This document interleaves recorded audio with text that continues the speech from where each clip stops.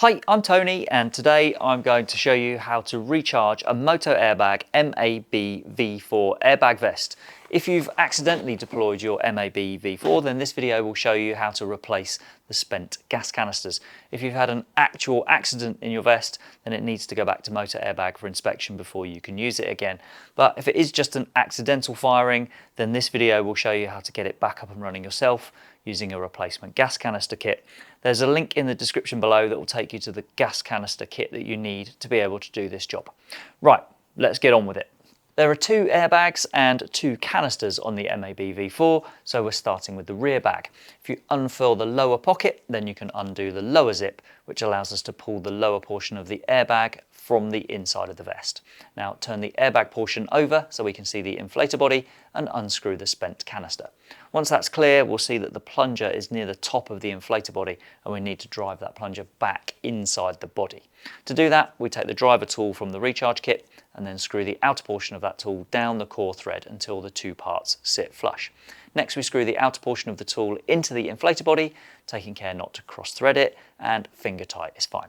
Once the outer section is secure, screw in the core thread, which will drive the plunger back down inside the inflator body, and screw it in until the red O-ring on the core thread meets the top of the outer section of the tool. Leaving the tool in place, we can now move on to the fast lock mechanism. If you position the mechanism so the yellow logo is resting on the vest itself and take the strap with the red band around it, then we push this through the channel with the red surround and pull it through from the other side. Place the brass bearing on the end of the strap between the jaws at the bottom of the inflator body and then hold that in place with your thumb.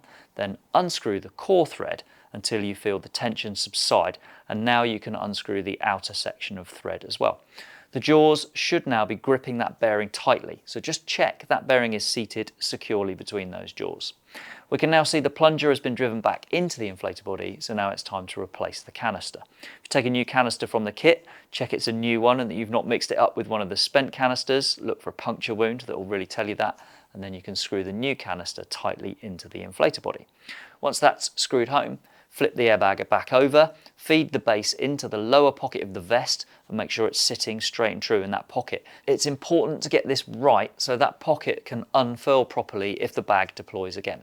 Now reach inside the vest and make sure the top of the airbag is sat straight in its own pocket, and with that sat properly, we can now flip the vest over and put those pockets back into position.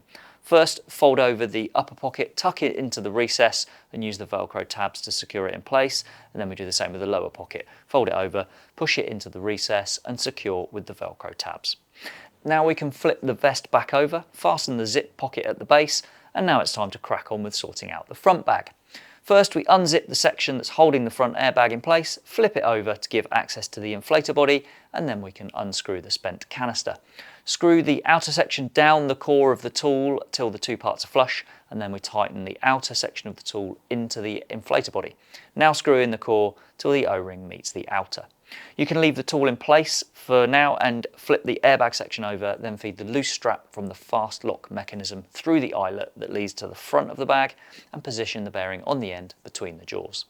Hold the bearing in place with your thumb, unscrew the core of the tool until the pressure eases, and then unscrew the outer section from the body as well. Once you've checked the bearing is securely seated between the jaws, you can now screw a new canister home. Again, just check you're not screwing in a canister that's got a hole in the top.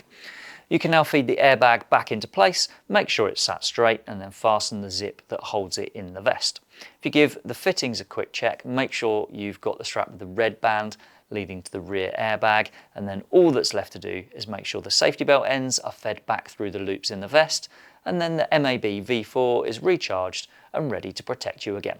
I hope that's made the thought of recharging your airbag seem a little bit less daunting, and if you've got any extra advice, then please add a comment below. Thanks for watching.